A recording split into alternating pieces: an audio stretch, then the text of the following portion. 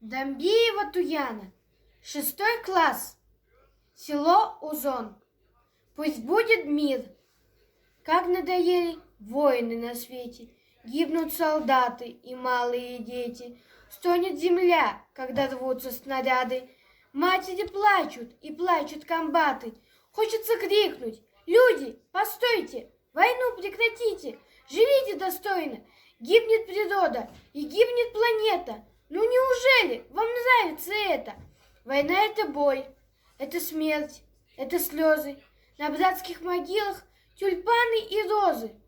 Над миром какое-то время лихое, где правит война, никому нет покоя. Я вас призываю, нам всем это нужно.